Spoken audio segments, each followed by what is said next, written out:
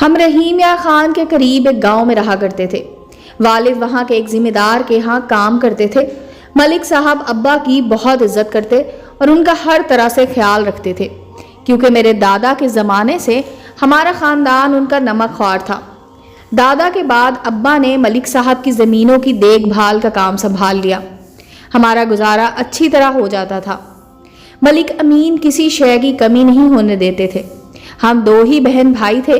ابا سارا دن زمین کے کاموں میں مصروف رہتے اور رات کو ماں کھیتوں میں سبزیاں وغیرہ صاف کر کے لاتی اور گھر کے امور سنبھالتی۔ میرا بھائی ان دنوں گاؤں کے اسکول میں دوسری جماعت کا طالب علم تھا۔ میں زیادہ تر گھر پر رہ کر کاموں میں اماں کا ہاتھ بٹاتی یا پھر چاچی کے پاس چلی جاتی، جن کا گھر ہمارے پڑوس میں تھا۔ ان کی بچیوں کے ساتھ گڑیا گڑیا کھیلتی، ان کے بیاہ رچاتی۔ اس کھیل میں مجھے بہت مزہ آتا تھا۔ بچپن اور لڑکپن نادانی کا دور ہوتا ہے۔ اس عمر میں والدین کے دکھ سکھ کا بھی کم ہی احساس ہوتا ہے۔ بچے اپنے آپ میں مگن رہتے ہیں۔ ہم بہن بھائی بھی ایسے ہی بے فکری کی آغوش میں روز و شب گزار رہے تھے۔ ہمیں نہیں معلوم تھا کہ زندگی کا کوئی مقصد بھی ہوتا ہے۔ ایک روز ابا کھیتوں میں گئے تو تھوڑی دیر بعد شور ہوا کہ علی ٹریکٹر تلے آ گیا۔ خدا جانے کیسے یہ حادثہ ہوا، بہرحال ہونی ہو گئی۔ ماں اس وقت کھانا پکانے کی تیاری کر رہی تھی۔ ہر شے پھینک کر بین کرنے میں مشغول ہو گئی۔ میں چاچی کے گھر کھیل رہی تھی، واویلا سن کر دوڑی آئی۔ دیکھا کہ عورتیں جوک در جوک ہمارے گھر چلی آئی ہیں۔ دیکھتے ہی دیکھتے گھر بھر گیا۔ ابا اس دنیا سے چلے گئے تھے۔ کچھ دنوں بعد جب غم ہلکا ہوا تو ہوش آیا کہ آگے کے دن کتنے سخت ہیں۔ میرا بھائی ممتاز مجھ سے زیادہ سمجھدار تھا۔ اس کی عمر اگرچہ زیادہ نہ تھی مگر عقل مند تھا۔ ماں بدستور ملک صاحب کے گھر کام کر رہی تھی۔ ممتاز کو احساس تھا کہ ماں بہت زیادہ کام کرنے سے تھک جاتی ہے، اوپر سے ابا کا صدمہ۔ ماں کو بیمار پڑتے دیکھ کر بھائی نے اسکول جانا چھوڑ دیا اور اس کے ساتھ کام میں ہاتھ بٹانے لگا۔ جب زمیندار کو علم ہوا کہ ممتاز نے اسکول چھوڑ دیا ہے، انہوں نے اسے اپنے پاس بلایا، پوچھا کہ تم نے کیوں اسکول چھوڑ دیا ہے؟ اماں اکیلے کام کرنے سے کمزور ہوتی جا رہی ہیں۔ میں نے سوچا کہ کاموں میں ان کی مدد کروں، اس لیے اسکول چھوڑ دیا ہے۔ یہ تم نے بالکل بھی اچھا نہیں کیا۔ جانتے ہو کہ تعلیم سے عزت ملتی ہے اور غریبی کے دن صرف علم حاصل کرنے سے پھر سکتے ہیں۔ کیا تم چاہتے ہو کہ تمہاری ماں ہمیشہ اسی طرح دوسروں کے گھروں میں کام کرتی رہے اور تم لوگوں کا جھوٹا بچا کھانا کھاتے رہو؟ تم کل سے اسکول جاؤ گے اور تمہاری تعلیم کا خرچہ میں دیا کروں گا۔ میرا نام نعیمہ تھا۔ میں اپنے بھائی سے عمر میں صرف 2 برس چھوٹی تھی، مگر میں نے جب سے ہوش سنبھالا تھا ماں کو لوگوں کا کام کاج کرتے دیکھا تھا۔ وہ صبح تڑکے اٹھتی، ناشتے کی 4 روٹیاں ڈالتی اور لسی بنا کر ہمیں ناشتہ کرانے کے بعد ملک صاحب کی حویلی میں سارا دن کے کام نپٹا کر مغرب کے بعد واپس آتی۔ وقت گزرتا رہا۔ میں 10 برس کی اور بھائی 12 سال کا ہو گیا۔ میں تو اماں کے ساتھ کام میں معاونت کرتی تھی، مگر میری ماں بھائی سے بالکل بھی کوئی کام نہیں کرواتی تھی۔ وہ چاہتی تھی کہ چاہے پہاڑ جتنے دکھ کیوں نہ سہنے پڑے، لیکن اس کا بیٹا پڑھ لکھ کر بڑا آدمی بن جائے۔ ممتاز کو بھی پڑھنے کا شوق تھا۔ وہ تعلیم سے جی نہیں چراتا تھا، پڑھ لکھ کر بڑا آدمی بننا چاہتا تھا۔ اس کا اسکول گھر سے تھوڑی دور تھا۔ گاؤں کے بچوں کے لیے یہ اسکول بھی ملک صاحب نے ہی کھلوایا تھا اور اس کا خرچہ وہ خود دیتے تھے۔ وہ روشن خیال، خدا ترس اور غریب پرور انسان تھے۔ یتیموں کی داد رسی کرتے اور بیواؤں کو گندم وغیرہ ان کے گھر پہنچاتے تھے۔ میرے بھائی کو بھی شفقت بھری نظروں سے دیکھتے اور مجھے پیار سے پاس بلاتے، نصیحت کرتے، بیٹی ہمیشہ اپنے ماں کی فرما بردار رہنا، ان کی خدمت کرنا۔ ماں باپ کی دعائیں ہی بچوں کے نصیب روشن رکھتی ہیں۔ سچ بات تو یہ ہے کہ اگر ملک صاحب میرے بھائی کی پشت پناہی نہ کرتے تو وہ کبھی پڑھ لکھ نہ سکتا۔ جب ممتاز نے میٹرک پاس کیا وہ بہت خوش ہوئے۔ انہوں نے ماں سے کہا، رضیہ میرا کہا مانو، اسے آگے پڑھنے کے لیے شہر بھیج دو، پڑھ لے گا تو تمہارے دن پھر جائیں گے۔ میں اس کا نتیجہ دیکھ کر خوش ہوا ہوں۔ تم کالج کے خرچے کی فکر نہ کرنا، بس اسے پڑھائی جاری رکھنے دو۔ یہ ایک دن تمہارا ہی نہیں سارے گاؤں کا سر فخر سے اونچا کرے گا۔ غرض ان کی ہمت افزائی نے ماں کی ڈھارس بندھائی اور ممتاز کو بھی حوصلہ ہو گیا۔ وہ گاؤں سے شہر پڑھنے چلا گیا۔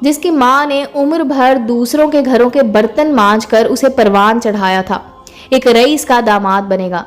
تاہم اپنی والدہ سے ملانا ایک دشوار مرحلہ تھا، کیونکہ اس نے اپنے سیٹھ سے یہ بات روز اول سے پوشیدہ رکھی تھی کہ وہ ایک ایسی ماں کا بیٹا ہے جو دوسروں کے گھروں میں کام کرتی ہے اور عرف عام میں ماسی یا نوکرانی کہلاتی ہے۔ اس نے کہہ دیا تھا کہ والدین بچپن میں وفات پا گئے تھے اور اسے چچا نے پالا ہے۔ انہوں نے ملک صاحب کو اپنا چچا بتایا تھا۔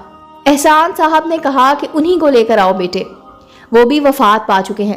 چچی کو نہیں لا سکتا کیونکہ وہ میری شادی اپنی بیٹی سے کرنے کی خواہش رکھتی ہیں جس سے میں شادی نہیں کرنا چاہتا۔ سیٹھ صاحب نے ممتاز کی بات پر اعتبار کر لیا اور چند دوستوں کو مدعو کر کے اپنی بیٹی سہرش کی شادی اس کے ساتھ کر دی۔ ممتاز بھائی کی تو قسمت بدل گئی، لیکن ہماری قسمت کا ستارہ ڈوب گیا۔ اب بھائی ہم سے ملنے گھر آتے تو سسر اور بیوی سے کہتے کہ دوست سے ملنے جا رہا ہوں جس کے گھر پہلے رہا کرتا تھا۔ اسی طرح ایک دوست کو بھی گواہ بنا لیا جو ان سے کہتا تھا کہ شادی سے قبل یہ میرے یہاں قیام پذیر تھا۔ امی کو بھائی نے بتا دیا کہ میں نے اپنے باس کی بیٹی سے شادی کر لی ہے، لیکن آپ لوگوں کا نہیں بتایا کہ کہیں یہ راز نہ کھل جائے کہ آپ یہاں کوٹھیوں میں کام کرتی تھی۔ ممتاز ہمیں خرچے کے لیے کافی پیسے دے کر جاتا تھا۔ امی کو مکان بھی خرید کر دیا، فرنیچر وغیرہ ڈلوا دیا، ہر شے لے کر دی، مگر ہم اس کے سسرال جا سکتے تھے اور نہ اس کی بیوی سے مل سکتے تھے۔ ممتاز اس بات سے بہت ڈرتا تھا کہ اگر راز فاش ہو گیا تو اس کی بیوی کہیں طلاق نہ لے لے اور سسر بھی اسے جھوٹا اور دھوکے باز کہے گا۔ میری ماں نے اپنے بیٹے کی اچھی زندگی اور خوشی اور عزت کی خاطر یہ دکھ بھی سہ لیا، بیٹے اور بہو سے جدائی کو برداشت کر لیا۔ اب ماں کو میری فکر کھائے جاتی تھی، میں بن بیاہی ان پر بوجھ تھی اور وہ جلد از جلد اس بوجھ کو اپنے سر سے اتار پھینکنا چاہتی تھی۔ یہ مرحلہ بغیر ممتاز کی شمولیت کے ممکن نہ تھا۔ ایک دن اس نے بتایا کہ اماں میں اپنی بیوی، ساس اور سسر کے ہمراہ امریکہ شفٹ ہو رہا ہوں، وہاں سے آپ سے فون پر رابطہ رکھوں گا اور رقم بھی بھجواتا رہوں گا۔ آپ فکر نہیں کرنا، میں ضرور واپس آؤں گا، فی الحال جانا میری مجبوری ہے۔ ماں بیچاری کیا کرتی، رو دھو کر خاموش ہو گئی۔ مائیں ہر قدم پر اولاد کے لیے قربانی دیتی ہیں اور ہر پل ان کے لیے دعائیں کرتی ہیں۔ اماں نے دعا کی، بیٹا جہاں رہو خوش رہو، مگر ہمیں بھلا نہ دینا، خاص طور پر اپنی بہن کو، اس کا تیرے سوا کوئی نہیں ہے اور ہم نے اس کی شادی بھی کرنی ہے۔ ماں فکر مت کرو، مجھے اپنا فرض یاد ہے، چند سالوں کی بات ہے، واپس آتے ہی کسی اچھے گھرانے میں نعیمہ کی شادی کر دیں گے۔ بھائی کو گئے 2 سال گزر گئے، پہلے خط آتے تھے، فون بھی آ جاتا تھا، پھر یہ سلسلے ختم ہو گئے۔ وقت کے ساتھ ساتھ فاصلے بڑھتے گئے۔ اس نے ماں اور بہن کو فراموش کر دیا، مگر ہم اسے فراموش نہ کر سکے۔ ایک وقت آیا کہ اس کی طرف سے رقم آنی بھی بند ہو گئی۔ مجبوراً گھر فروخت کر کے ہم شہر سے گاؤں آ گئے۔ یہاں ماں نے میری شادی اپنے ایک رشتے کے بھانجے سے کر دی۔ امی اب بیمار رہنے لگی تھی، انہیں بیٹے کی جدائی نے دیمک کی طرح کھا لیا تھا۔